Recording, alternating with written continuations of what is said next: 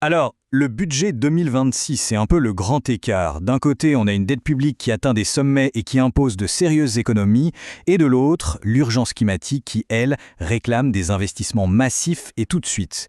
La question, c'est comment le gouvernement compte-t-il résoudre cette équation quasi impossible? Pour le comprendre, il faut se plonger un peu dans les chiffres.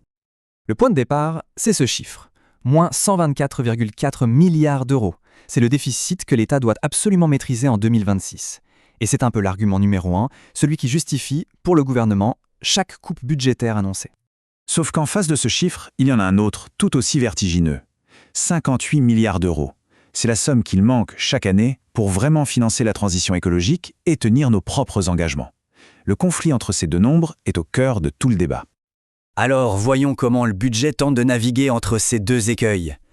L'annonce officielle, c'est que le budget vert augmente, mais attention, les apparences sont parfois un peu trompeuses. Officiellement, le budget qui est favorable à l'environnement progresse de 2,1 milliards d'euros. Bon, sur le papier, on se dit que c'est une bonne nouvelle. Mais la vraie question, c'est d'où vient cet argent? Et c'est là qu'elle loue. Cette augmentation n'est pas vraiment le résultat de nouvelles décisions politiques.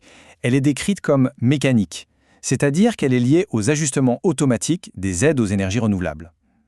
Et pendant que ce chiffre-là gonfle un peu tout seul, ailleurs, les coupes, elles, sont bien réelles.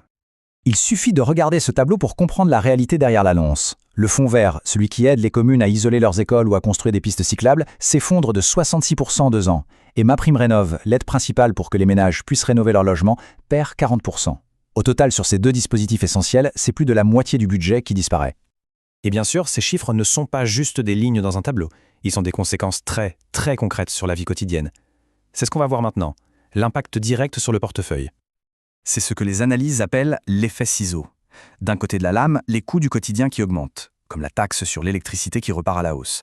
Et de l'autre côté, la lame qui coupe dans les aides de l'État pour y faire face. MaPrimeRénov', le bonus pour les voitures électriques, tout ça est sérieusement raboté. La question qui se pose est donc assez directe. Quand les factures grimpent et que les aides pour alléger ces factures baissent, est-ce que la transition écologique n'est pas tout simplement en train de devenir un luxe, un projet réservé à celles et ceux qui en ont les moyens? Et pendant qu'on demande des efforts aux ménages et aux collectivités locales, il y a un domaine où, étonnamment, les dépenses publiques, elles, ne bougent pas. 8,1 milliards d'euros. C'est le montant annuel des aides publiques qui vont directement à des activités néfastes pour le climat, autrement dit, des subventions aux énergies fossiles financées par de l'argent public. Alors où va cet argent? Principalement dans 3 niches fiscales. 3,6 milliards pour le kérosène des avions, qui n'est toujours pas taxé. 2,5 milliards pour le gazole des transporteurs routiers, et enfin 2 milliards pour le fameux gazole non routier. Et ces dispositifs, eux, sont maintenus quasiment intacts. Et ce graphique, il met le paradoxe en pleine lumière. Quand on met les chiffres côte à côte, c'est frappant. Les 8,1 milliards de subventions aux fossiles, c'est 3 fois et demi le budget combiné du fonds vert et de MaPrimeRénov'. La différence d'échelle est énorme. Ce double jeu porte en nom, souvent utilisé par les observateurs. L'État pompier pyromane. D'une main, il essaie d'éteindre l'incendie climatique, et de l'autre, il continue de subventionner ce qui alimente les flammes. Alors, est-ce que cette situation est une fatalité? Pas du tout. C'est le résultat de choix politiques. Et de nombreuses organisations montrent que d'autres voies sont possibles. D'ailleurs, ce n'est pas juste un avis militant. La Cour des comptes elle-même, qui est la gardienne des finances publiques, l'écrit noir sur blanc. Ne pas investir assez dans l'environnement aujourd'hui coûtera bien plus cher demain. Loin de réduire la dette, ça risque de la creuser à l'avenir. Les solutions, elles, sont sur la table.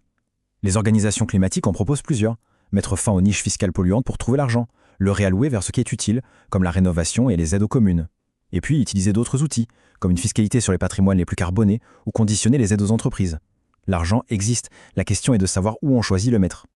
Au final, ce budget 2026 nous laisse face à une question fondamentale. Face à l'urgence climatique et au mur de la dette, est-ce que les priorités actuelles sont le fruit d'un calcul juste et visionnaire pour l'avenir, ou est-ce qu'on ne serait pas en train de sacrifier le long terme pour des économies qui risquent de coûter bien plus cher demain?